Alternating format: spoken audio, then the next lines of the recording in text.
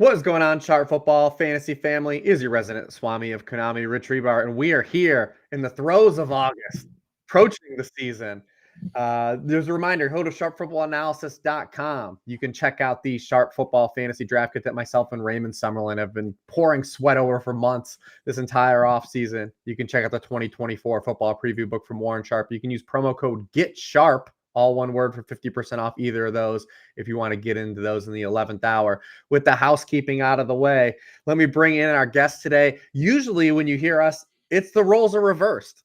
Usually I'm on his show and he's asking me questions. We're podcasting for 3.5 hours. I promised to him we will not do the 3.5 hour version of this podcast, but it's Matt Kelley from Player Profiler. Matt, what's going on, brother? Dude, welcome. I feel so good. This is a great setup you have. Look at this, professionally produced. I feel like, dude, this looks great. So whoever is producing this thing behind the scenes is doing a great job. This is a professional setup you have. It feels great to be a guest. I've already received the show sheet from you. I kind of know the questions we're going to get into. I did my research.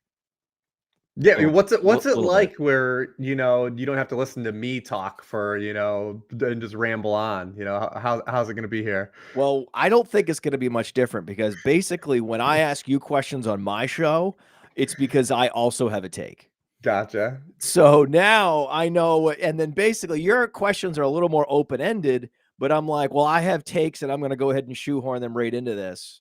Yeah, absolutely. That's how I like. You and I have drafted together already. So you and I have already been in some drafts, right? The Kings Classic in Canton. So you and I have squared off in multiple drafts already. So we can actually talk about real, actual scenarios that fantasy gamers will find themselves in this weekend and next weekend. So it's fun. Yeah, absolutely. And how was your trip to Canton? Are you coming back to Canton? Oh yeah, I love it. Well, Canton is interesting because it's the first place that I've gone where it's not just business folk talking about, oh, hey, the regulations have changed over here, and this is how you do compliance over there.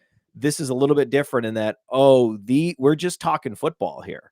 Like these are real. There's a lot of regular people from Ohio and Pennsylvania and Michigan and Indiana that come in and they're like, hey, I have like 3 leagues. Let's talk ball. And that's what I was doing. I mean, guys like Ian Harditz. I mean, so many guys that I have been following or been interacting in a virtual medium for many years, digital friends that I've had that actually to meet them, to be like, oh my God, dude, you're jacked. You know what I mean? Like, holy, look at you. You're this guy. You're that guy. So I was feeling really, it was a treat, man.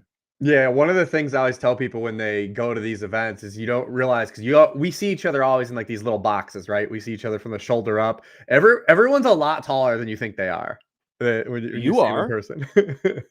Yeah, you're like a college. I was a wide receiver. You're pretty much a college level wide receiver. I mean, you did win. I mean, think about it. I mean, you won the world flag football championship as the starting X receiver. Well, we were in nationals. But it was the old man. Last championship came in the old man league, 35 and older. So put an 35, on it. Dude, that's not an old man. Do you realize how good 36-year-olds could look? Well, you were going up against. I'm sure you were going up agast some guys. There were some people we needed to see some IDs on for sure. I needed to check some birth certificates. Well, that's right. That's right. You were probably going up against some guys with like 6-pack abs, and you were like, "Listen, man, I don't necessarily have what you have, but I have other things. I have other grit, and I have other experience, and I'm going to grab your wrist over here, and I'm going to get leverage over there, and I'm going to own you." And you guys won. It was amazing. So we're gonna jump into some stuff here too that we talked about, some draft scenarios. But as we were coming on, I don't know if you've even seen this coming on. There was a trade. Oh, an actual NFL trade happened. Jahan Dotson got traded to the Philadelphia Eagles. We can try to pick this apart. You can let me know if you see any hope for Jahan Dotson as the Philadelphia wide receiver 3, but this probably more what it does for like the Commanders. And you're Player Profiler, dynasty background, so we've got guys that maybe were on the tail end of rosters, like say Olamide Zaccheaus. We got Luke McCaffrey, who was like a 3rd, 4th round rookie draft pick. Is anyone still holding on to Diami Brown? Like, these are guys we know Cliff Kingsbury wants to play a lot of 11 personnel and 4 wide receivers. Like, is there any hope for some of these guys? They're just going to be on the field now. they're going to be on the field. They're not going to be getting a lot of targets. Is the thing. Like, this is cool for Luke McCaffrey. They've clearly seen enough from Luke McCaffrey. They can make this deal. It's also just weird for Dotson. Mm-hmm. I expected more. This was a guy that had like a Devontae Smith level skill set coming out of Penn State. He was an early producer. He fit the mold of what the new NFL wide receivers that are producing huge numbers, what they look like. And so I'm surprised. I mean, I wasn't the most bullish on him. There were some, Mm-hmm. like there's a whole Dotson hive. I wasn't Dotson hive level, but I respected the hell out of this guy's ability coming out of Penn State. And for him to just get flushed, like it's over. Like if you get punted at this point on a team that has no number 2 wide receiver, Right. it's not good. It's not good. So basically he's done. You know, he's now on the I have a rookie card here. He's on the Travis Fulgham track now. I bought Travis Fulgham rookie cards ironically. You guys remember that, right? Remember this? So, I mean, this is a first rounder on the Travis Fulgham track. So that's super sad. And most of the other wide receivers on Washington, we're going to hear from them in spurts. We're going to hear from them for spike weeks.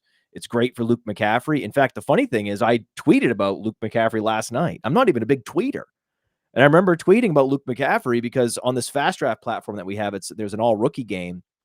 And actually, one of the cool stacks you can do in the all rookie game has been Jaden Daniels and Luke McCaffrey. And I've seen some people doing that. And now there's the new stacks that I'm seeing with these Atlanta Falcon stacks, the super clever Michael Penix with Casey Washington. Oh wow, getting deep in the no, hey, we run deep. We're hardcore in Dynasty. So yes, Luke McCaffrey for Dynasty, absolutely. De'Ami Brown more for seasonal leagues, more as like a streaming pickup potentially. But how I look at it is the same reason why I wasn't bullish on Alec Pierce, players like this. If you have a mobile first quarterback, they're going to be looking at their primary option at the wide receiver position. And then a lot of times they're going to default down to running back, tight end. And the wide receiver 2 in that offense often gets caught up in the wash and has actually very few usable weeks with those kinds of offenses. That's why even Josh Downs, Adonai Mitchell couldn't get there with them. It's like, what's the math on how these guys actually are startable in a managed league? So lesson as always in those kinds of teams with mobile first quarterbacks, stay away from the wide receiver 2s and 3s. You don't even want to get caught in those situations, right? It's like, you don't want to call the flop in those situations and see cards, because pretty much you're only going to be disappointed, right? You put that guy on your team, and then now what are you going to do? You're going to have to figure out when to start Luke McCaffrey. Good luck, right? You don't want those problems, man. So now McCaffrey becomes an interesting guy for best ball and for dynasty stashing. But I'm always like, hey, let's make sure that we take 5-10 of these teams in the NFL, and in managed leagues, do not ever draft anything other than the primary option.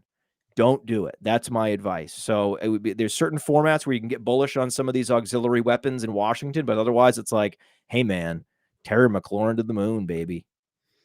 Yeah, like you said, Dotson, especially. Dotson was a guy I literally drafted in rookie drafts just based on kind of capital, right? Like he was going like 108, 19, 110. It's like, this dude went like with basically the same draft capital as Treylon Burks, who was going like 101 that year, 101, 102. Yeah. And so it was a pick ahead of Burks. Yeah, he was one pick ahead. Yeah. Yeah, and I just defaulted into saying I'll bet on the capital. And for rookie year, it was one of those things where like you looked right and wrong at the same time, because like he flashed, but like he got there all on touchdown production. The underlying peripherals for Jahan Dotson's rookie season were not good. He just scored touchdowns. But he looked good. Yeah, he did. But there were GIFs on Twitter of him looking explosive. It wasn't Treylon Burks-esque. And I tried to tell people, I was like, do not fall for the banana in the tailpipe. Do not fall for these splash plays and these touchdowns. You have to zoom out. This is why we built PlayerProfiler.com, because I was so often fooled by this. I was fooled by, Mhm. hey, I remember seeing that guy on the Red Zone channel. Hey, I remember seeing this. I remember seeing this on social media. But then you actually look back and like his targets per route run was terrible. His yards per route run was awful. You know, some of these advanced stats, like his separation wasn't there. His yak per target was not, it was like, oh, he's actually ranked outside the top 50 in all these categories. Man, my eyes must have been deceiving me. Yes, they were. They do Because there that. were all these other reps where he did nothing.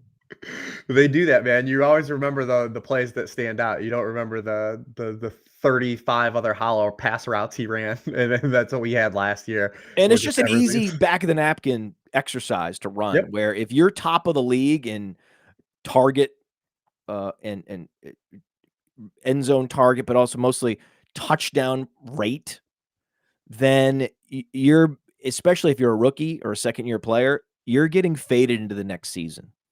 And we've seen that even before with Jordan Addison a little bit, who doesn't have like the complete overlap to Dotson's rookie year, but like there is a lot of overlap to how Jordan Addison got there last year for fantasy. And gamers probably 5-6 years ago, a guy coming off of Jordan Addison's rookie season, maybe the quarterback stuff was priced in. If Kirk Cousins is retained there, maybe we see him go higher.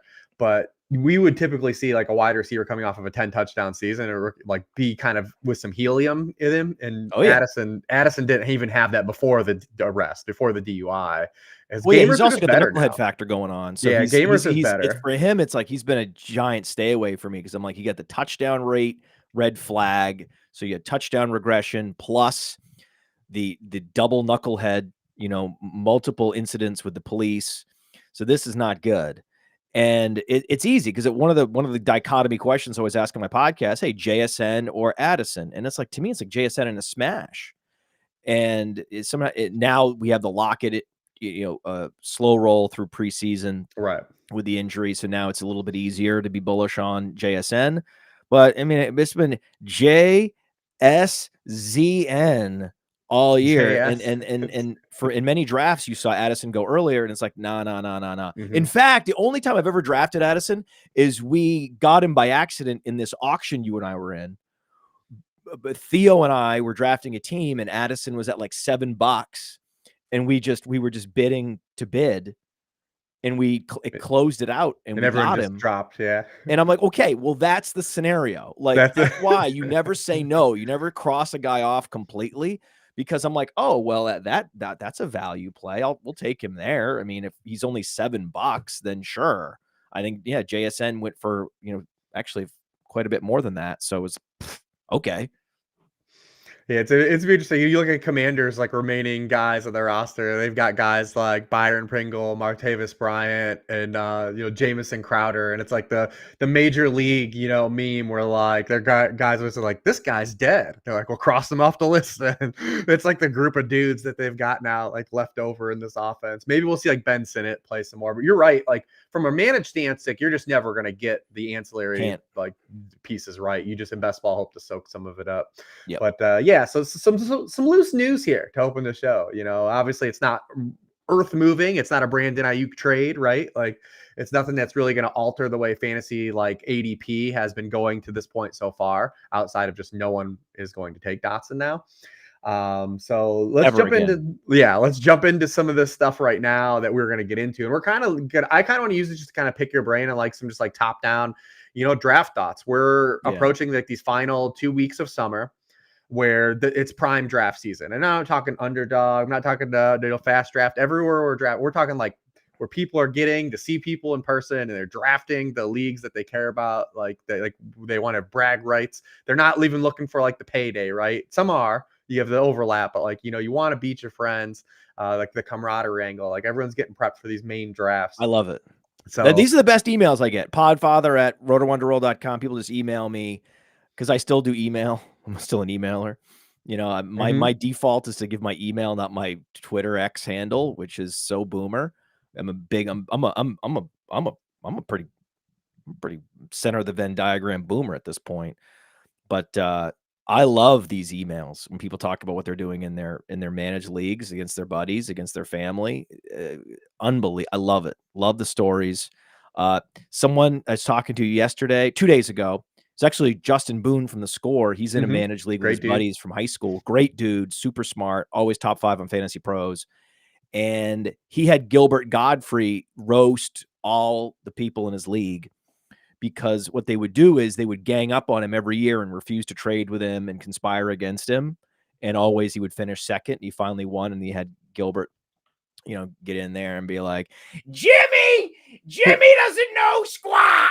You know what I mean? And it's like, you got to love that, so this is what we live for. Please, for the love of God, stay in these leagues with your buddies. Don't let it go. Tell whoever wants you to do something on Sunday to pound sand and go draft. Yep, absolutely. So let's kind of move into just like we're going to kind of work through positions, but I think just we'll have some natural, things come up through the conversation that we're having from other positions too, as it, because it's not just gonna be like, Matt, what do you think about this player? We're not going to do that. So let's kind of start with quarterback in general and like some top down thoughts. Let's just assume and you can spin this if you want to get to like super flex and into QB stuff too, but QB1 overall, like how early is too early for you? Like what's the breaking point where you're say like, screw it, I'm going to take Josh Allen or whoever you have as QB1. Do you remember Josh Allen and Jalen Hurts at the 1-2 turn a year ago? In early leagues, remember they always will go like the general public leagues. They go a lot. Well, last year was the peak. Last year was the peak renaissance of quarterback, and then they flattened out, and then it was okay. I guess they're back in the 3rd round again. Okay, good. And now we have Josh Allen, who has very few weapons, and the weapons are getting injured. The thing is, though, you have to keep him there. You can't push Josh Allen down because their defense is getting worse. So what's going to happen is this is what you got to look out for, and this is why we do the analysis. This is why you tune in to Sharp Football. This is what Rich will tell you. He'll be like, yes, I get it. There's no digs, but guess what? The pass volume is going to go up. The pace of play is going to go up. Look at these pieces on defense they've lost.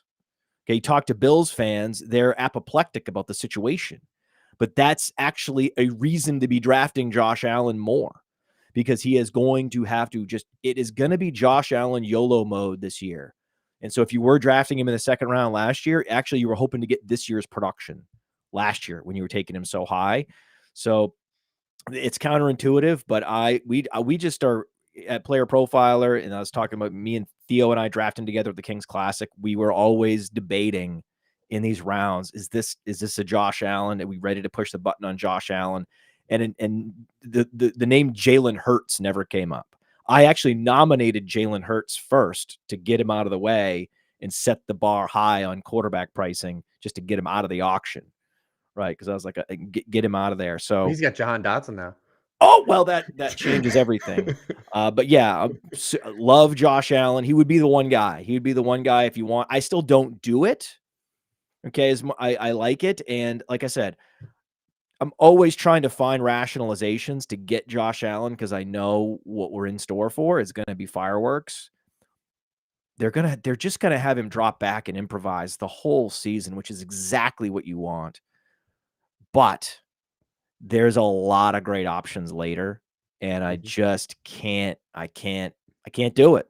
I can't do it. It's interesting because Jaden Daniels is in a similar situation, except he still has his Stephon Diggs in Terry McLaurin. They're hollowing out his pass catching core. He's essentially got like whatever the equivalent of Curtis Samuel is, and De'Ami Brown, whatever it is, right? And he's just going to be rolling out, checking for McLaurin or running.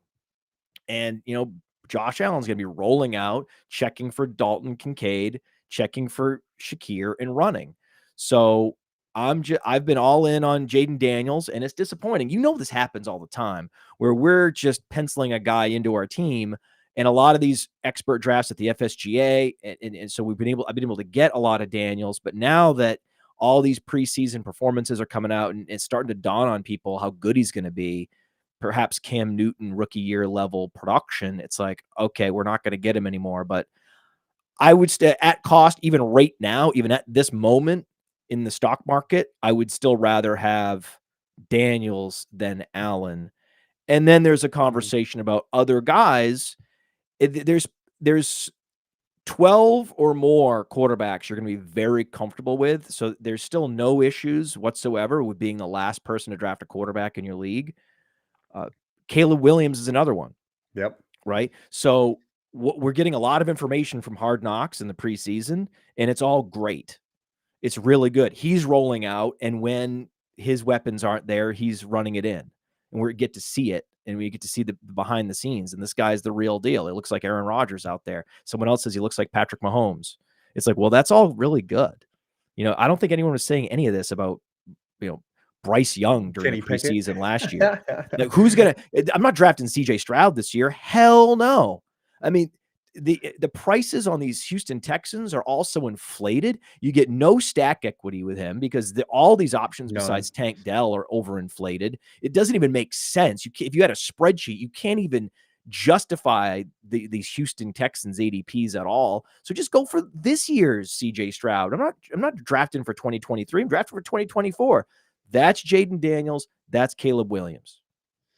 Yeah, I love those. Those are like my two like firewall guys in the back of drafts, and those guys I think in a lot of general population home leagues will go lower than kind of where their ADP sits now, and they've gotten a little. Daniels, I remember pre-draft was like a gift because there was like he was always probably going to go top 2, top 3 at worst. And I remember pre-draft, he was like sitting like QB 16, and I'm like, this guy has what you want for fantasy. And then he lands with Cliff, and we give Cliff a lot of grief, for his head coaching tenure in Arizona. But like we know they're just going to run a lot of plays. Well, that's what you want. Exactly. As a head coach, he was, he reached that Peter principle, right? It's Peter Kingsbury. It's fine, right? Yep. He's not a head coach. But as an offensive coordinator, what do we care about? Pace of play, pace of play, pace of play. That was the whole Kellen Moore argument. Kellen Moore loves to call plays fast until he doesn't. Well, for now, until he proves us wrong, he's a fast play caller. So let's go. Yeah, so you kind of hinted on like Jaden Daniels, Caleb, those are the guys like you're kind of targeting at cost. You're avoiding Stroud, and like Stroud is just in that kind of unfortunate strike zone. I think that Stroud, the real life player, is going to have an excellent football season. For fantasy football, it's just tough. Like he has to flirt with 40 passing touchdowns at that draft capital to kind of pay off that price. And if he throws 28 touchdowns, like he opens the door to be arbitraged by whoever this year's Baker Mayfield is or whoever this year's Jared Goff is. That's just the way fantasy football is played. It's the way it's we've seen how many movies have we seen, Rich? Yeah. We've seen a lot of movies with the second year quarterback and it's the pocket passer. This isn't even like super analytics heavy analysis. This is just life that we know as football fans. Yeah, and Stroud could have a great season. The Texans could have a really great season. And if you're a fan of the Texans, all these things can be still true, and CJ Stroud still be like kind of a not great fantasy pick at his ADP.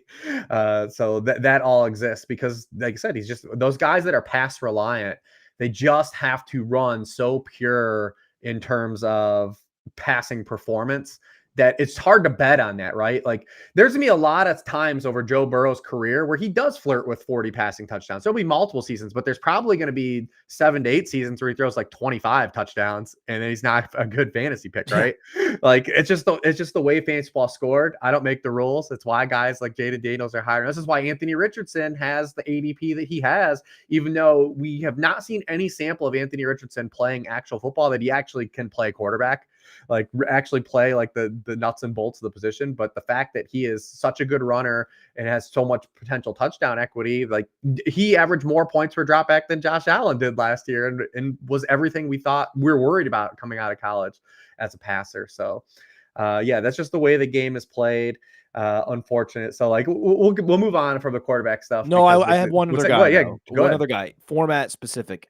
If it's best ball and I care very much about stacking, by far and away, and I think, and it's interesting because he also was, I think he was on the Best Ball Mania winning roster last year, was Jordan Love. Mm-hmm. And if you're looking to max out stack equity, Jordan Love is the gift. You're not going to find anything. I mean, in the next decade, I don't think you're going to find all these wide receiver ADPs scattered throughout like the universe. Well, for players that we think are good too, like sometimes you'll run into a situation. Amazing what you can do backdoor stacking Jordan Love. Because most people, even though they they don't know what to do with the Packers wide receiver room based on, ADP. Most people believe that at least 3 of those 4 guys are good, and you can still find Romeo Dobbs fans too. And I like Bo Melton. Yeah, and people do. There's a Bo Melton There's contingency a out Bo there as Melton well. hive. I love Luke Musgrave and the mustache. There's so, oh my God. Like it's like supermarket sweep with Jordan Love.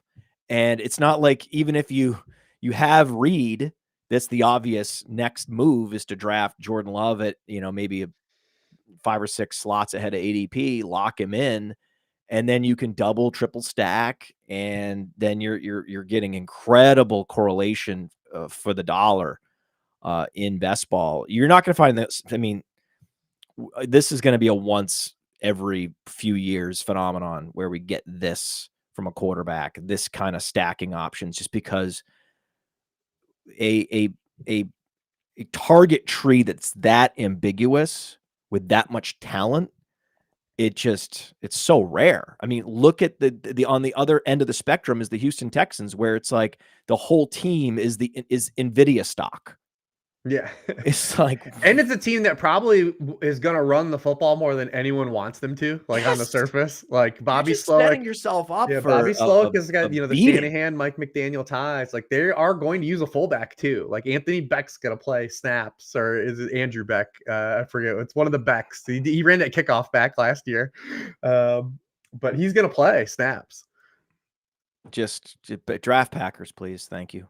Yeah. Packers great schedule too, Oh, especially coming out of the start of the season too. oh, You front half until their bye, it looks really good. They put plenty of shootout potential for the Packers as well.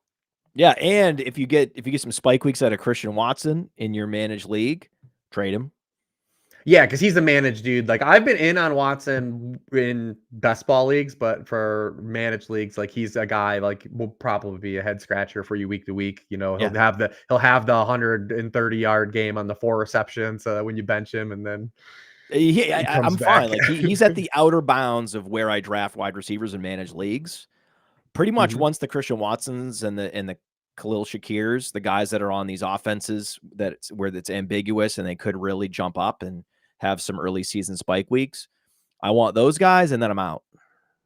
Because Yeah, and by those guys then, have we're real sold. trade equity as soon as the season starts. Well, let's spin that into this, because how we're drafting teams this year, and we'll fold it into the running back. So running back ADP, we've seen this going, an ongoing trend for multiple reasons. It's not just zero RB, anchor RB. It's because the league in general, like, we have a finite number of resources of elite bell cow running backs from the old school fantasy football sense, guys that actually provide elite positional leverage. Maybe that starts to change, if Bijan and Breece get there this year, and then, this next draft class looks good on paper to do an influx of running back talent. So maybe we'll see some things start to counteract there. But right now, wide receivers are kind of ruling the roost in ADP. We still know that what kind of running backs that people want. That's why Bijan and Breece Hall are still in the first round. So let's talk about how you're playing that, the finite resource game. How high are you drafting Bijan, Breece Hall, assuming McCaffrey's 101? If you have one of those guys 101, please share. But, like, if you've got 102, are you taking Bijan, Breece because you understand the leverage that those guys could provide if they hit? Or are you feeling like you don't want to get caught up into the wake, and then, like, in round 2, you're looking down the gun barrel and you're like, all right, I've got to take, whatever wide receiver 16, right? With my wide receiver 1 now. So how are you handling that top tier versus the wide receivers? You got to work backwards. First of all, you got to work backwards and ask yourself, okay, does someone win a championship with an elite RB2? When was the last time that happened in my league? Oh, Never. it Very didn't rarely. happen? Oh, it didn't. Oh, okay. And so the person that's winning your league has like CJ Anderson and players like that every year in their RB2 spot. Why do you think that is? Okay, because if you hit on a running back, then you need to be able to have a position to put him in. Okay. So you're assuming that you're smart. You're tuned into sharp football, for Christ's sake. You're damn sharp if you're doing that and you're listening to Rich. Then you're going to hit on a running back. So no going in, I'm going to hit on a running back. Okay. So that would be like the beauty of fantasy football. It's a lot easier than poker because we know we're going to hit on a running back on the turn of the river. We know it. right? So just set yourself up to win. And that means not overspending on running back early, number one, and then trying to play it so that you can optimize your wide receiver core. As soon as it gets, in a past pick 50, it gets so thin at wide receiver where you're really not sure. You're like, man, what's Christian Watson? You might as well draft Christian Watson over anyone else outside the top 50 because who the fuck knows, right? You could go with Deontay Johnson, and that's great. He's going to get a lot of targets, but he could have so could Khalil Shakir could have a Deontay Johnson season. Who knows, right? So yes, I love targets, but if they're close to the line of scrimmage, then the upside isn't there. So if you can find wide receivers that are getting the 150 targets, but also efficiently down the field, that is so valuable and very much worth the early season capital, the early ADP in those picks. So when you back it out, most of these leagues now, you're going to start at least 3 receivers, if not 4 or 5. Okay. Most of these leagues that I've seen have converted to 3 wide receiver starting lineups. You got to fill it out, work your way through it. Do you really want to you don't want to be in that position to decide which guy that's going to go for 12 or 0 am I going to put in my wide receiver 3 position. Don't put yourself in that position. Okay. And give yourself out so that you can hit on a running back 2 in week 3 or 4. And that means hero RB or 0 RB. That's what you're down to.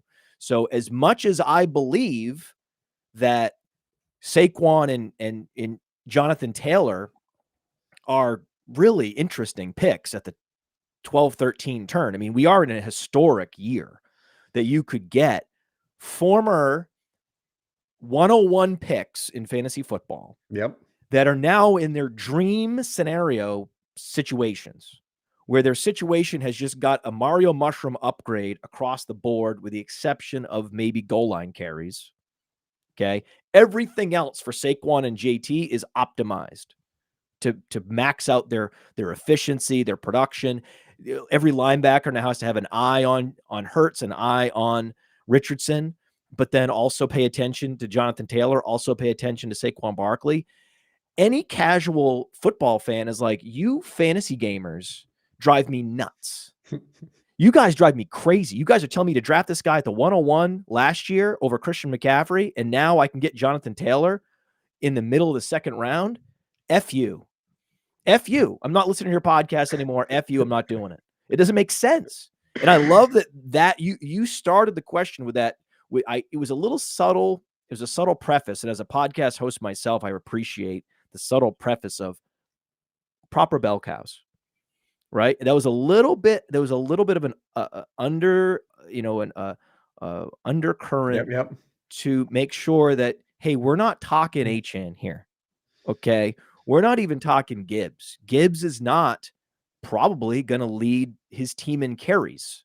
So you can't call a guy that's number 2 on his team in carries a bell cow. And there's risk to a guy like Gibbs. Gibbs a little bit more of a best ball option than a managed league option. But there's going to be weeks where Gibbs just doesn't deliver, where a guy like Barkley, a guy like Taylor, I prefer in that situation. And you're going to call me old school. You call me a boomer, but that's fine. But as attracted as I am to JT and Saquon, from a team building standpoint, you cannot double tap running back at the end of the first round. You can't do it. If you're going to go Saquon, you got to get AJ Brown. You got to get Garrett Wilson. And I actually think Garrett Wilson, because he's a projection, Puka Nacua is a projection, right? There's a bunch of guys that are considered projections. Drake London's a projection, right? We've never seen Garrett Wilson score 13 fantasy points a game for a season. No one's ever seen it.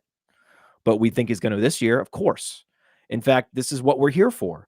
We're here for, okay, there's going to be more shootouts in the AFC East this year. The quarterback play, maybe it's going to even, maybe the pace of play is not going to be there, but it's going to be much more accurate. We're not afraid of Mike Williams. We're not afraid of Tyler Conklin. Let's go with Garrett Wilson. I actually think there's less risk with Garrett Wilson. I'm actually more comfortable pushing the button on Garrett Wilson at the 1-2 turn than I am Breece Hall in the middle of the first, because everything we're hearing about Braylon Allen is he's a stud, right? This guy's a stud. This was an incredible value. Can't believe how he fell. We're trying to work him into the passing game. At some point, you can't just close your eyes and keep going back and looking at the efficiency of Breece Hall in that one game with 37 carries last year and just want it to happen, right? This wish casting that they're going to put him in a bell cow role. I haven't seen it other than one game in my life. And again, this is a boomer perspective, but I would rather draft Bijan in the middle of the first than Breece Hall. And I don't have much Breece Hall. I don't see any reason why you can't just pivot off of Breece Hall, pivot off of, a Devon Achane and just say, listen, I don't need to hit a home run. With my hero RB, I don't need to accept any of this risk. I don't need to project. With Bijan Robinson, this offense is certainly going to be better than what we're seeing in New York, right? So there's a lot of the ancillary situational advantage goes to Bijan if you just have that dichotomy between Bijan versus Breece Hall. And there's also, if you go back, to how they were evaluated as prospects, one was a top 10 pick, one was a second round pick. And there are, and I know this drives fantasy gamers crazy, there are plenty of people in front offices around the league that they believe Breece Hall to be a satellite back. They don't even think, and I've talked to these people. I mean, I don't believe that. So. I don't. If it were me, I'd give him 90% opportunity share. But I'm not these people. And they go and they tip their hand and they tell you what they're thinking when they make these picks, right? When they pick a Braylon Allen. So I am going to be a little more cautious and read into some of these situations when I'm making a decision between a Breece Hall and a Bijan Robinson. But ultimately, based on the build, it's even difficult to justify even Bijan there when I can get Amon-Ra St. Brown. They have the same ADP, and you're not going to get anything close to that. You're not going to get anything close to that. What Amon-Ra will give you in a position where you, in a lot of these leagues, you start more wide receivers than running backs. What he's going to give you is going to be more. The difference between Amon-Ra and whatever, fourth, fifth round wide receiver, that differential is going to be very similar to Bijan versus a guy like a Kenneth Walker or a Rachaad White. So I have no problem whatsoever starting 3 receivers and then soaking up a Rachaad White or a Kenneth Walker, because I do believe that both of those guys are going to catch more passes this year. Walker for sure, based on what we're hearing, and I believe it. They're playing Zach Charbonnet in preseason. Walker's with a T-shirt. You love to see it. And Rachaad White was awesome last year in a situation where he had one of the most injury-ravaged offensive lines. Everything is going to be better. They got total continuity where all they did was the changes they made in Tampa was we're going to upgrade the offensive line. So, hey, for 2 seasons in a row, Rachaad White is a super discount hero RB, and I'll take it. Yeah, and of course, format and stuff's going to matter. If you're in, full PPR, I think you and I play in a lot of full PPR where you said that it's increased how many wide receivers you have to start. If there's extra flexes, then that pushes you to want more wide receivers. ESPN is still, it's full PPR, but they start 2 wide receivers. FFPC is another full PPR, start 2 wide receivers. If there are 2 flexes, which inherently you still want to push wide receivers to those flex spots. And that's a great point. If there are 2 flexes and it's full PPR, just assume one of those positions is a third receiver. Correct. So, I mean, if you're in like these half point PPR leagues and like you only have to start 2, like it does move some chairs around a little bit, especially you look at last year, like Taylor and Saquon from a points per game perspective and half point PPR last year scored more points than Puka Nacua. James Conner scored more points in half point PPR than Mike Evans, right? That's a great point. Yeah. If we're talking half PPR, then I'm smashing Bijan there every time. So like, always know your format. I mean, I think we're talking top down. Let's kind of bridge something what you said though, because you talked about Garrett Wilson. Let's say so like picks 10 through 12 this year in a traditional league. Let's assume full PPR just for the sake of this conversation. Right.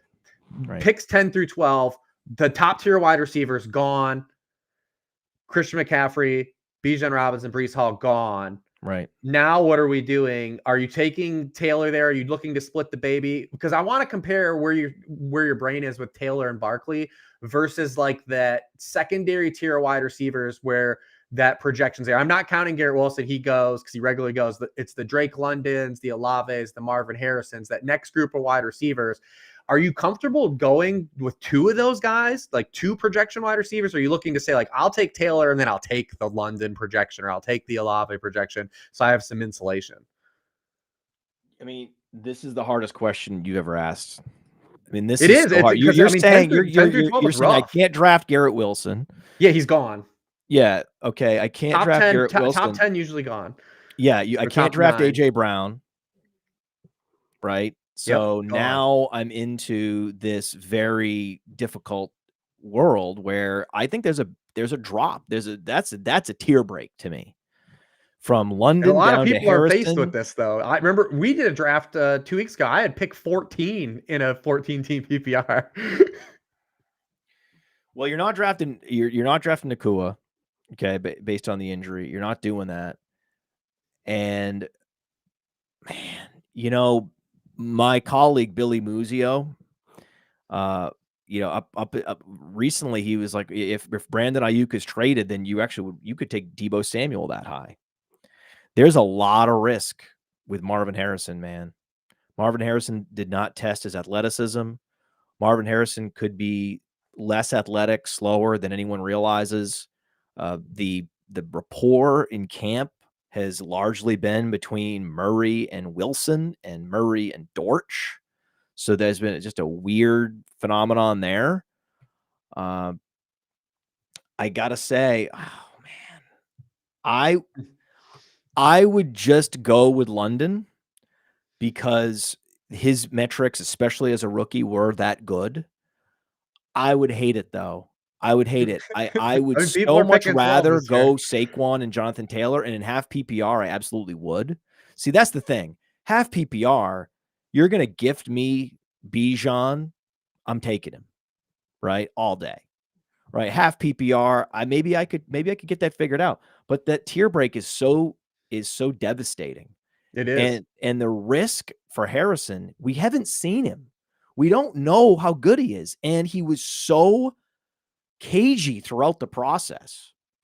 And it just a bullshit artist. Just like, hey, every interview question, what did he say? I'm focused on the 2024 season. What? Excuse me? Like, no questions? We can't ask you. You won't test. You won't even get on a scale. Like, this is just a total black box other than your production. Like, that's a lot to ask at the beginning of the second round in a fantasy draft, man. Also smart on Marvin Harrison's part. And Gene, very smart. Great. I mean, there's a couple guys out there that I think have amazing. No one's handled the business side of football better than Kirk Cousins, but Marvin Harrison's, right there. He's like he's already on track to be the Kirk Cousins of wide receivers in terms of managing the process. So I would go with Drake London just because the upgrade of the offense in Atlanta is so delicious in so many ways that everything is getting better. The offenses they're gonna face they're good enough to generate some shootouts. The reason I love Bijan so much, though, is I think there's going to be some blowouts, and that's even why you're going to get some Tyler Algier games because of the blowouts against the Saints, teams like that disappoint.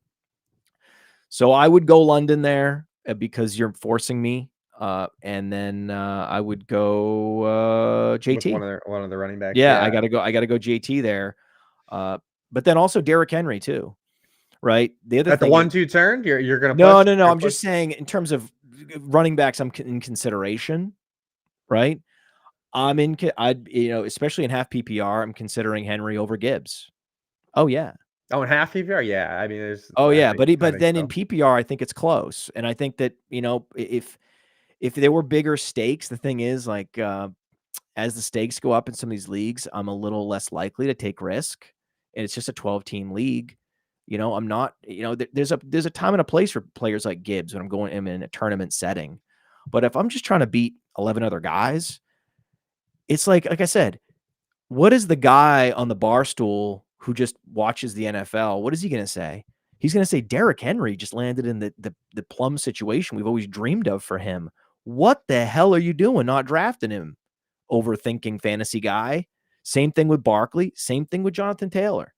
So I like all three of those guys. I like that you brought that up with it because it's universally kind of considered that Henry did, like, he had the nut run out, right, for like what Derrick Henry the player is, like, going to Baltimore, like. But it's funny that the other two kind of get pulled down. You brought up Taylor and Barkley running into like their dream scenarios, and it's funny, a lot of people like bring those two situations and they're like, oh well, Richardson's going to steal touchdowns, Hurts, the tush push is going to steal touchdowns. I mean, the Saquon one especially drives me a little crazy because, so remember when CMC got traded 2 years ago in season, and a lot of people this existed. A lot of people had the take that it was bad for Christian McCaffrey to go to the because of Lance 49ers. No, at that time Lance was dead. Okay, I was going to say Lance. Remember, I think Lance was over by then. It was he can't get as many touches that he had in Carolina, and Kyle Shanahan doesn't throw to running backs. Oh God, Kyle Shanahan, a guy who literally has turned water into wine at running back his entire career, went out and said, "Get me Christian McCaffrey." Yeah, and like dude that just made Alfred Morris a thing, right? Or like Elijah Mitchell just the previous season a thing. Is like, get me Christian McCaffrey. Howie Roseman has kind of done the same thing with the Eagles. Like, they had invested in running backs, they kept running into production. He said, you know what? I'm going to get Saquon Barkley. Saquon Barkley's available. I'm going to add him to this team. That's one. It's already a sign. The same thing with CMC, that like, hey, the offense is probably going to be a little different than what you think it's going to be because they're adding Christian McCaffrey. Same thing with the Eagles. It's probably going to be a little bit different because they're adding Saquon Barkley. And Saquon Barkley is coming from the New York Giants. Like, this is a team that was, every year that he's been in the NFL, he's the best player he played with was Odell Beckham as a rookie. Obviously he was good that year, but the Giants have been 30 or worse in offensive scoring 3 times over his 6 years, right? The highest they've ever finished is 15th in points per game as an offense. He's just going to a better situation, better offensive line, higher scoring team. And then also, if the Eagles are going to be good and Saquon Barkley is at least a shell of what people believe he's a player, or what Howie Roseman bought, DeAndre Swift, weeks 2 through 12, because remember they started Kenneth Gainwell week 1, and then he got hurt. Weeks 2 through 12, while the Eagles were on their win streak before they had that 1-7 collapse, and everyone died on their team, including A.J. Brown and Jalen Hurts a little bit. Weird.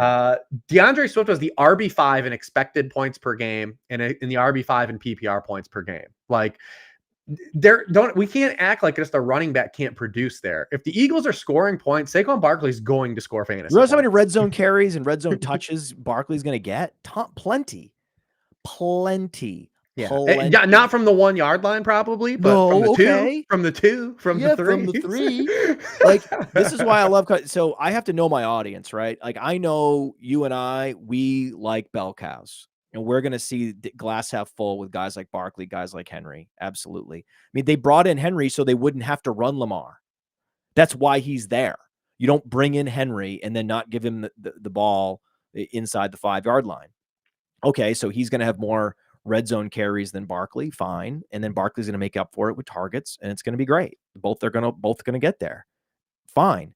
But when I go on with Best Ball Bros, I'm not going to, there's no fucking way we're even entertaining this notion of, running back starts. Not happening. Right. We can just have the intellectual conversation. And then if it's PPR, we opt out of it. Really, and I'm like, okay, we're going to, cooler heads will prevail. We will go London just based on the build. We have to do it. It's what the math says we have to do. But from a sex standpoint, it would be nicer if we could get to guys that they're just letting us have these elite running backs. It's tempting. It really is. That's why in half PPR, I say, you know what, you can, just let the temptation overwhelm you and go ahead. Yeah, if you're starting 2 wide receiver spots and you're in half PPR, I don't think it's outlandish to potentially go that type of route. And one of the other things that's different this year is because running backs in totality are getting pushed down outside of the 3 that have been identified. These are the archetype of the guys. We have CMC and then potentially the 2 new CMCs. And then there's like a little bit of a gap. But this year we've got kind of like this pocket of old running backs. I say old again. I mean, yeah, Saquon's 27. Well, even older, like that Saquon is still regarded as like a first round pick or close to a first round pick, or at least an RB1. But what about these guys that have like this RB2 plus ADP. Derrick Henry, you can include in there. We got guys like Joe Mixon, Alvin Kamara, James Conner, Aaron Jones. In years past, these guys would be like third-round picks in Yes, fantasy. you're right. But now they're in a lot of leagues, they're going fourth, fifth round. So you can almost do like an inverse anchor build where you start wide receiver, and a 300 touch running back, which you never used to be able to do. And James Conner asterisk because he'll pace for 300 touches, but he'll miss three games. But what you're saying is if you're in a Kentucky Derby format or you have the ability to get out of the 12 spot, if you're in a PPR league and you don't think you're going to get an AJ Brown or a Garrett Wilson, try to figure out a way to get a higher pick. I mean, it really does. Like you had that 14th, you had the 14th pick. You know what I would do if Drake London wasn't there in a PPR league? I would go Malik Neighbors. That's what I would do. If you really want to know what I would do, aggressive. If the stakes were raised and I had to make a pick at the 14-15 turn in a PPR league, I would go Malik Neighbors. And I believe in our league in the Kings Classic, Malik Neighbors went a pick before that at the 113. Oh, he did go 13. He did actually. Because I remember, I remember exactly because I know exactly where Neighbors always goes because I always get him in that one league. I was like, well, if you're going to do that, okay. Yeah, because I went Saquon Olave in pick 14 out of 14 teams. That's exactly that's what you would do. That is what you would do. And I didn't have that spiel to justify the Saquon pick. It was just, again, that firewall. I would have loved in that format to start wide receiver, but we were already into, like you just said, Neighbors was gone. Neighbors was already gone. So, I felt like forcing the issue if I was going to go wide receiver, which maybe is the play, but I just took who I believed is the better player at the position. So you already hinted Neighbors. You want to get him. If you had to take a non-rookie wide receiver that wasn't Marv or Malik Neighbors to potentially have the most points this season, who are you taking? Can we get back to that in a moment? What's that? Yeah. What do you want to interject because with? You mentioned a running back that is one of the players that has the most befuddling ADP to me. Is it Kamara? No, it's Aaron Jones. Oh, yeah. In PPR, Kamara's ADP makes no sense to me. At half point, fine, but like the fact that Alvin Kamara is going like RB17 in PPR is weird. Yeah, but you know who's going RB18? Aaron Jones. Aaron Jones is on a team that is going to have to play fast, is going to have to throw a lot, and he is one of the best pass catchers, one of the most efficient receivers in the league. He's one of only, he might be the only running back on PlayerProfiler.com comparable to Christian McCaffrey. And anyone that's watched him play is like, yeah, he looks like Christian McCaffrey out there. Like his skill set matches. They have the same height, same weight. He's actually a little bit heavier. Very, very similar skill sets. And if ever used like that, he would produce at a similar level. He's phenomenal in all phases. He's going to a team with Ty Chandler, basically a one-dimensional slasher behind him, nothing behind him. He's 29 years old, same as Derrick Henry, and he's he's on the older side, but he's a lightly used race car throughout his career. And to me, this is a gift. I'm like, this isn't a standard issue 29-year-old Frank Gore. No, this is the year to get Aaron Jones. He was a second-round pick year in, year out in fantasy football in a situation where he knew going in he wasn't going to get all the touches. Now, for the first time, you have a division rival. Same thing with Barkley. You had a division rival stepping up and paying that extra to get this guy. I mean, don't overthink this one, man. Yeah, I like both of those. I mean, I like Aaron Jones in full PPR. Like I said, I like Kamara in full PPR just because we've got like a little bit of a Konami code going, a cheat code for running backs. Yes. I mean, running back targets 6 years in a row. Everyone that listens to this show has heard the stat. It's running back targets have dropped 6 years in a row. Eventually, it won't go to zero, though it's not going to die. But these guys that catch 60 passes, especially in full PPR, like their floor is 30, their upside's really good, especially when these guys like bottom out that lean on touchdowns, right? Like if Achane only scores 6 touchdowns, like you get a situation where like, oh, Kamara looks very similar to him now in full PPR. And Aaron Jones could look very similar if you have equal touchdown runouts for those players. So yeah, those guys. And what, like I said, the inverse thing is that used to never happen is you never would be able to get those guys with 3 good wide receivers, or like they just didn't exist. And this year they do in a lot of leagues. And I just think there's a little bit of changing the guard. There's like a lot of old principles in fantasy football that I think we can challenge this year. One, I think, is like the age apex of running backs because of the way the market is.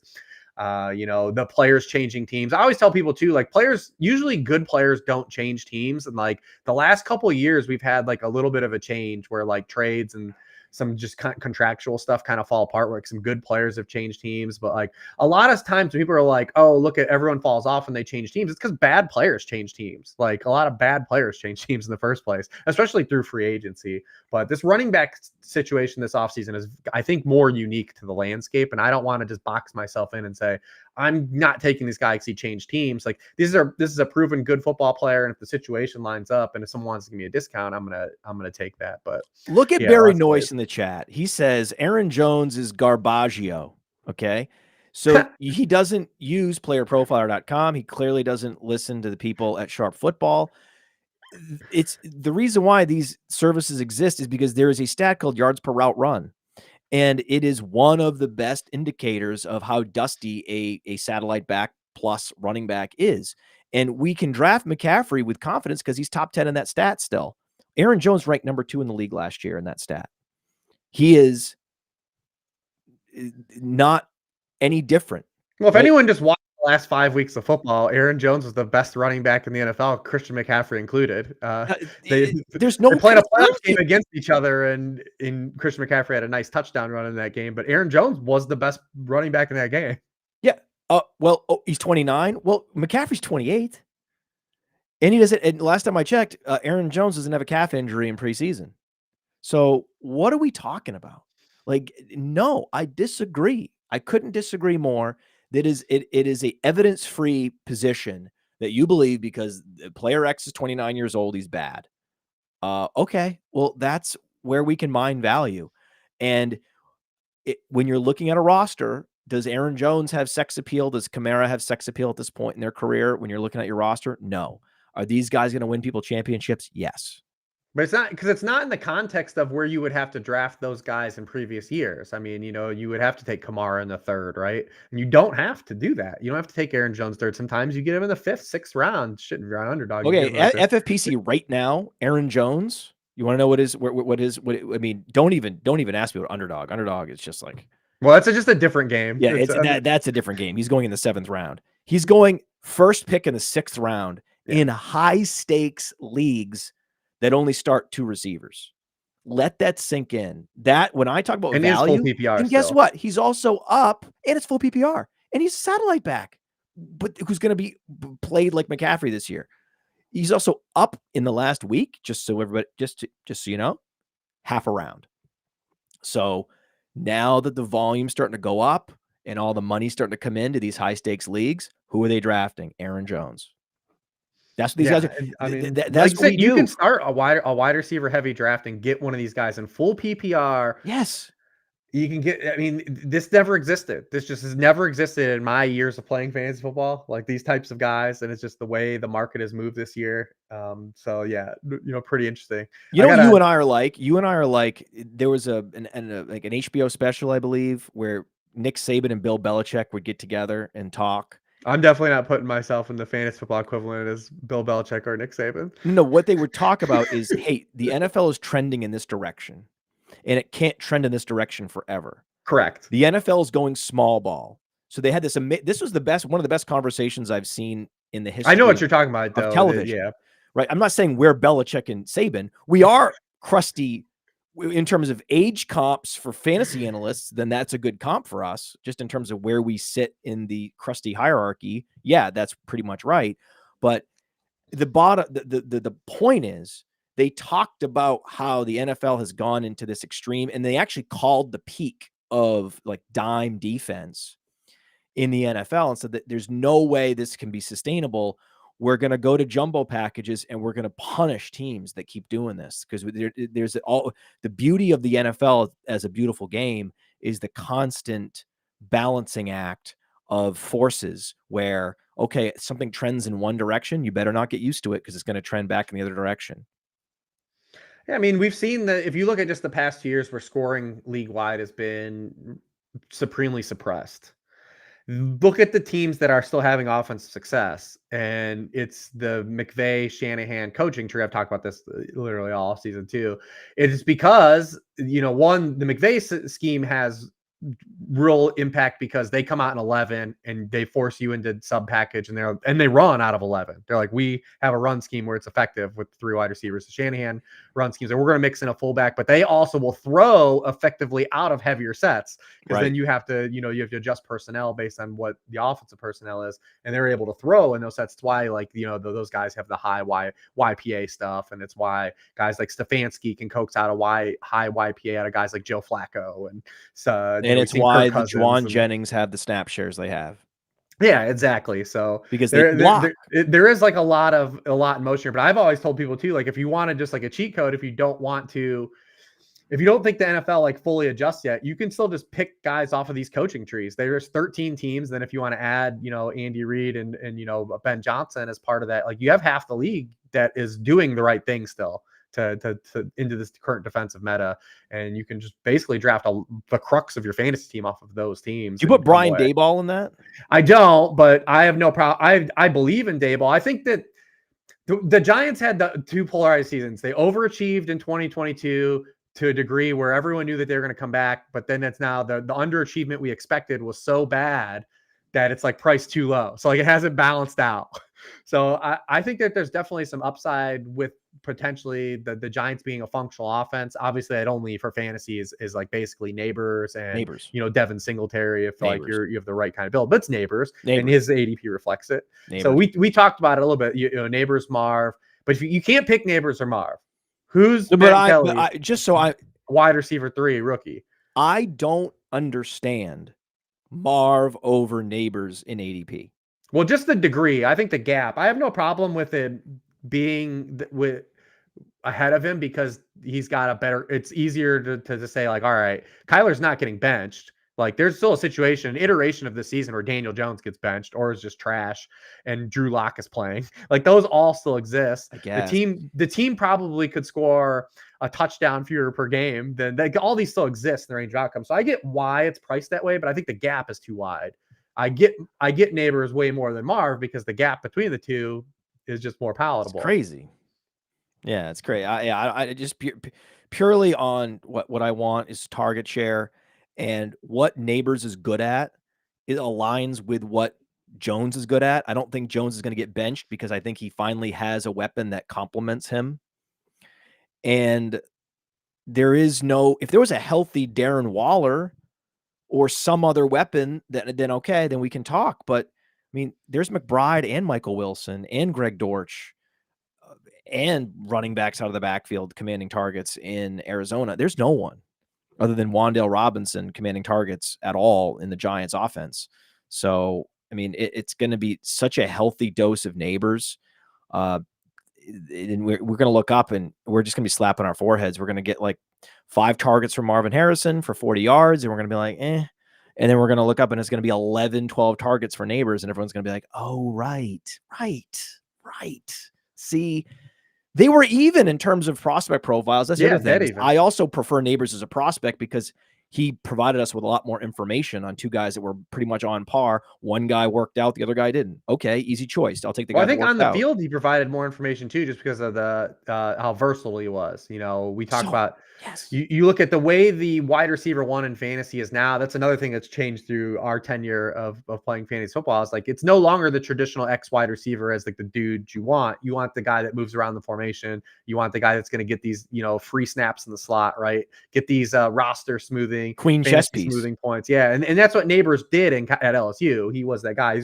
He can still run slot fades and get vertical, but like he also is getting a lot of those free square targets. And 2 years ago, people were picking up Isaiah Hodgins, right? Like, and playing him. So like Marvin, like Malik Neighbors is gonna, I believe, be fine in this system. Top 5 in targets this year. Like, yeah. He's gonna be top 5 in targets. Yeah. So I mean, all that makes sense, but you can't pick Neighbors. Marv's gone. You got to finally ask the question. I've been dancing around the bush here. Who's the next wide receiver that you think scores the most fantasy points? Oh, Jesus Christ. I'll take. All right. It's Deebo Samuel. No, it's got to be a rookie. Oh, we're back to that question. Sorry. I thought we were oh.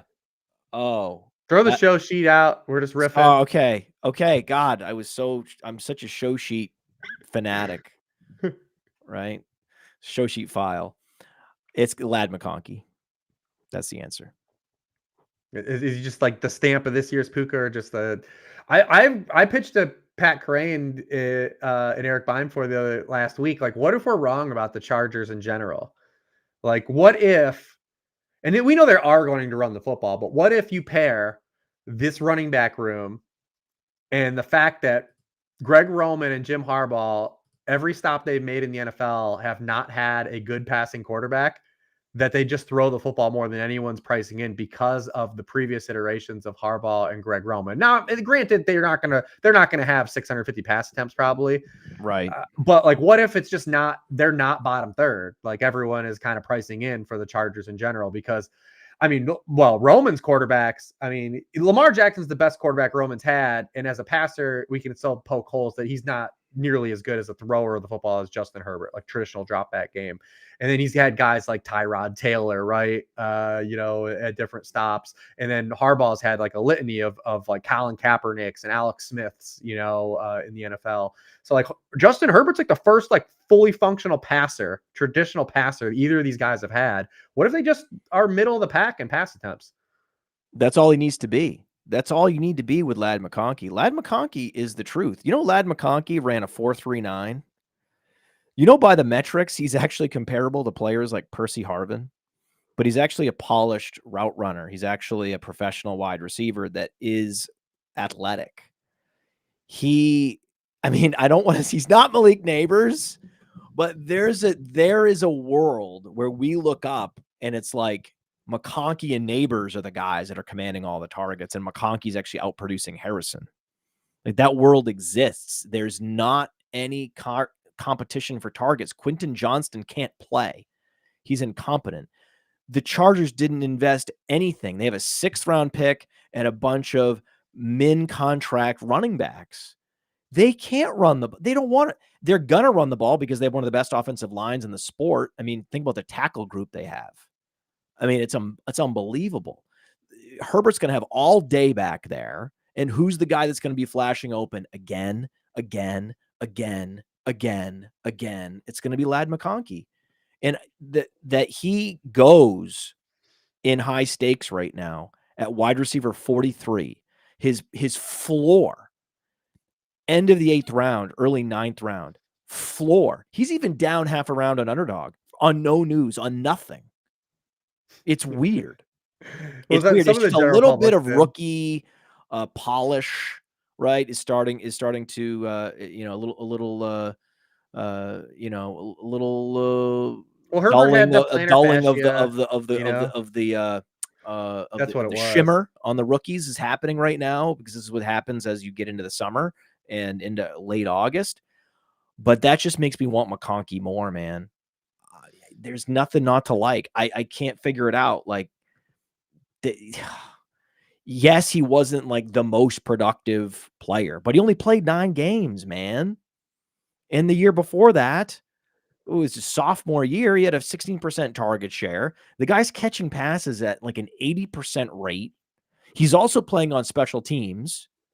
So, I mean, which was one of the dead giveaways of Cooper Kupp back in the day, was like, oh, this guy's really good at football. He's like a, record-setting special teamer, as well as being a big target commander. This is Georgia. Like, some of these elite college offenses, you can't hold a lack of raw production against some of these players when there's just all these weapons and these coaches are doing weird stuff with their quarterbacks and their systems because they can, right? So I'm not holding what McConkey didn't do in terms of raw production against him. All he did was like improve his catch rate, improve his efficiency, his yards per reception every season. And then what did he not do? He didn't score touchdowns in college. He only had 2 touchdowns in his final year. Well, that's what we like. We like that the enthusiasm around a player can be a little bit muted because the touchdown rate was low. So It's all McConkey. He had a little bit of that with Laporta last year with Iowa, who threw like 7 passing touchdowns. Yeah, it's just don't blame him, man, because because Georgia's weird, right? They can be. They have all these stud players and all these positions. They have like you had a year with Georgia where Nick Chubb, DeAndre Swift, Todd Gurley were all on the roster. I mean, whatever, man. Like, don't worry about it. This kid's a stud. And then he goes and throughout the process, I mean, we're talking about like gold star, 10 out of 10 across all these scouting services. So I have learned that I'm not going to doubt guys like this. Right? I'm done doubting. I've taken The white angel of death got you. I've It taken was the white one. angel of death. Cooper Kupp came for me one night, and I've learned my lesson. Right? I've seen the future. Right? And I'm not gonna let it happen. Right? Scrooge McDuck's not gonna let this happen again. All right, listen, we're pushing against here. I said I can't. You're drafting McConkey, right? Come on. Yeah, I mean a little bit of McConkey, Xavier Worthy. I think was a palatable answer too for there. Well, Rome is the best of all of these guys, and the best player, but the contingent upside yeah. on Rome Odunze is incredible. Correct. I mean, incredible. How you're not drafting him? That's the other thing. We talked about, where's my stopping point? Because I want to load up the back of my roster with running backs at the end of drafts, always and forever in standard managed leagues. Great. And I'll pretty much stop at like a Khalil Shakir, maybe, or in that McConkey to Shakir zone. But if you're gonna draft a receiver to put on your bench, his name needs to be Rome Odunze. All right, listen, I've got to get you out of here because we can't do the whole thing of like 3 hours on your show. Unfortunately, You saw what I was trying to do, right? I know. I was trying to suck you in. I know. Listen, I would sit and talk to you all day if I could, but unfortunately, we can't do it. But I do want to make sure before I push you out the door here that we do talk about Fast Draft a little bit. It's the reason why you went to Canton. It's to get your shirt on. It's the whole reason. So let everyone know that haven't found Fast Draft yet. Let them know where they can find it. What you're pushing out here. I know Billy had a big, Billy I haven't seen in a couple of years, but Billy had a big hand in the played a big hand in the what's gone on behind the scenes with Fast Draft as well. So give Billy his flowers too. But let everyone know what's going on with Fast Draft. Well, Billy Muzio, if you're not familiar with Billy Muzio, he's one of the best fantasy rankers out there, and he's also a high stakes player, and he's worked at a couple of these content places, and he and I have joined forces. He's a real alpha in the business, and he's been integral to everything we're doing, and so he has a real amazing intuition about what fantasy gamers want, need, etc. So we couldn't have done it without him. And essentially, fastdraft.app is the website. Fastdraft.app is the website. And there are places, FFPC Underdog, they do an incredible job of providing a best ball platform where you and I can leverage our intellectual capabilities to maximize stack equity, correlation, understand nuances of week 17 and things of that nature. And these platforms do an incredible job of rewarding people that understand a lot of what we talked about today, which is team building and team structure. Okay. What was missing in the industry was just player takes, was just, we like Ladd McConkey and we want to draft him and make money. So how do we do that? Right. So how you do that on Fast Draft is we just say, hey, draft 6 players, all flex, no stacking, just draft your 6, draft neighbors, draft your guys, right? The beauty of Fast Draft is, guess what? You can start JT Saquon with no ramifications, no opportunity cost ramifications. You can go JT Saquon and love life. In fact, there's plenty of actual JT Saquon rosters in Fast Draft right now, right? I've seen them. They look beautiful. They're gorgeous, right?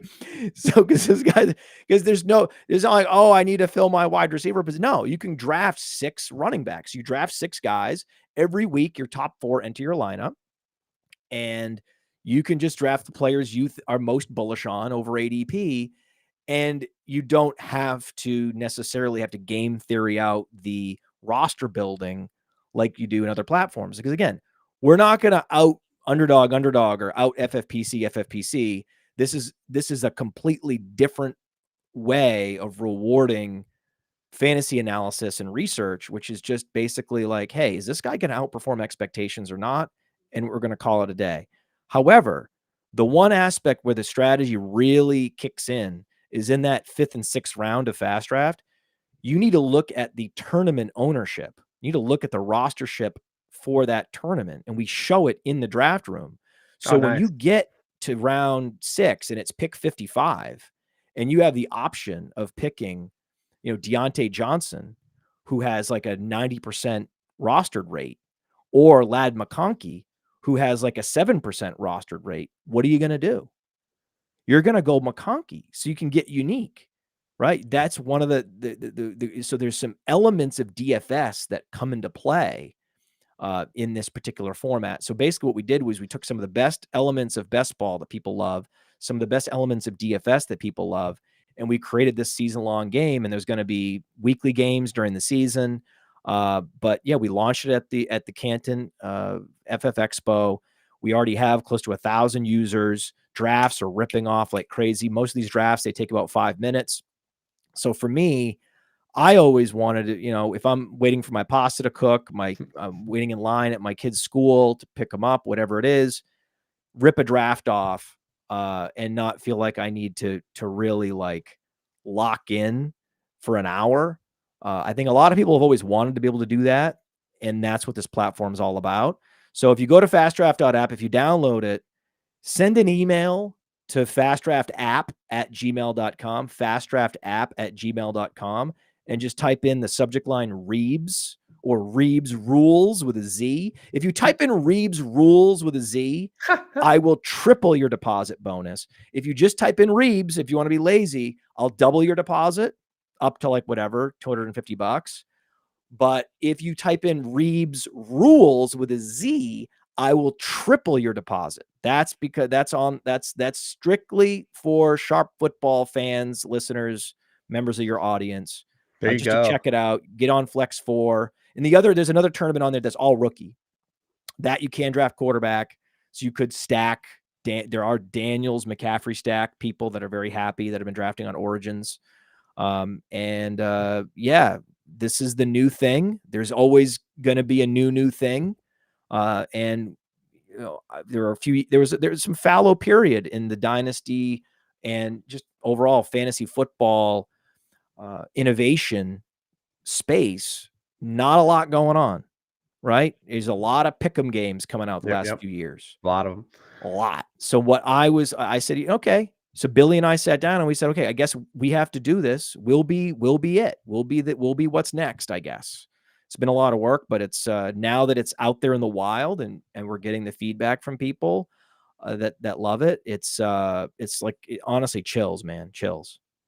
I love it, man. So there you hear it, man. Definitely take advantage of that promo code. Do use the Z if you're going to use rules, though. Absolutely. You have to. Yeah, if you use an S, it's only double your deposit. Beautiful. I love to see it, man. It was great to run into you. I know that we had another hour and a half we could have done for sure. If time allowed it. Oh, yeah. Maybe I'll come back and I'll get invited back to the mansion and we'll do it again. It's always like to frequent the mansion whenever I can. Well, that's the thing. Everybody in the chat, everyone listening right now, when Neighbors hits hard, right? When he hits, I've been above market on Neighbors. I know you have. We talked about this. Absolutely. When it hits, it's like in our veins, man. It's gonna be in our veins. It's gonna be beautiful, right? When Saquon is exceeding expectation, when Saquon's outscoring McCaffrey, we're just gonna be like, it's gonna be in our veins, dude. Yeah, I love it. I love it. So listen, it was great to have you on the show. It's great to flip the roles and let you just kind of, do your thing while you usually let me do my thing. So that's awesome. Everyone check out Fast Draft. And remember to go to sharpfootballanalysis.com. You can still use promo code GetSharp to get 50% off of the draft kit these final 2 weeks and the 2024 football preview book by Warren Sharp. Definitely check that out. For Matt, I'm Rich. Good luck drafting this weekend.